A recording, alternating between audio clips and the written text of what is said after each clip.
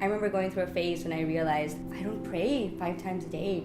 That's what I should be doing. I'm Muslim. And I started doing that. Like, I went through a month where I prayed every day for five times every day. And I think back on it now, and it was a very mechanical thing. Like, I'd wake up and I'd know what I had to say, and I'd like put out the prayer mat and I'd do the motions, but I never felt like I feel better doing this.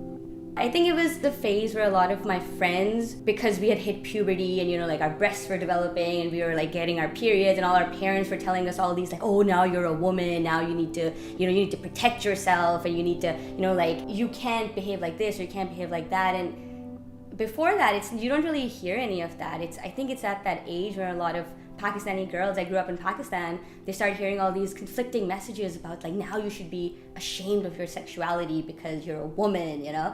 And I think because I was in that age, I was like, okay, like I'm ashamed of my sexuality, I'm ashamed of my sexuality, so I should be turning to God because that's what good girls do, right? So I think that's when I would categorize my religious phase.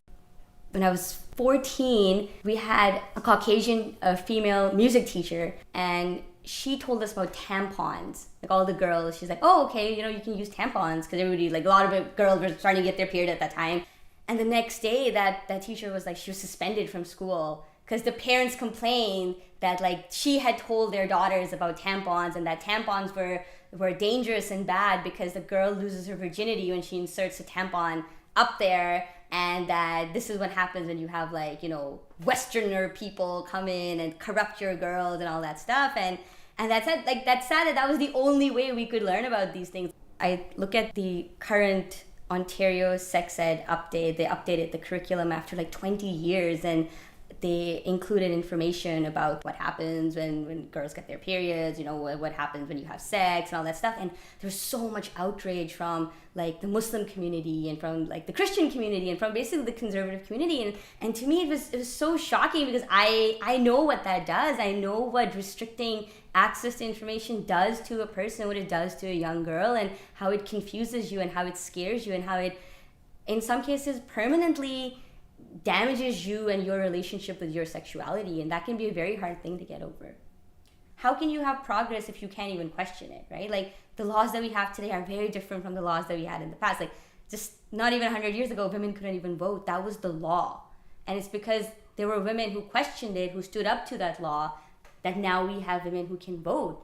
So, but religion, Islam doesn't have any of that leeway. It's like, nope, that's it. You can't question it. You can't change it. That's what it is. So how are we going to make progress if you can't even critically analyze what it is you're expected to blindly follow?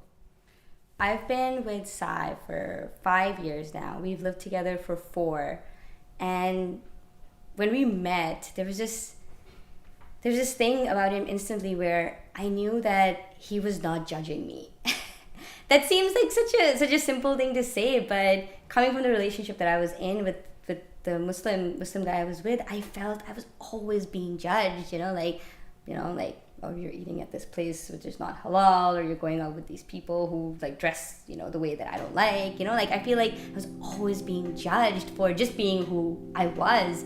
And he was someone who had dealt with his religious side way earlier in life. Like, he has been an atheist since he was like 14, so by the time we met when he was 20, 21, he had come to terms with a lot of, like how much judgment as religious people we pass on to others.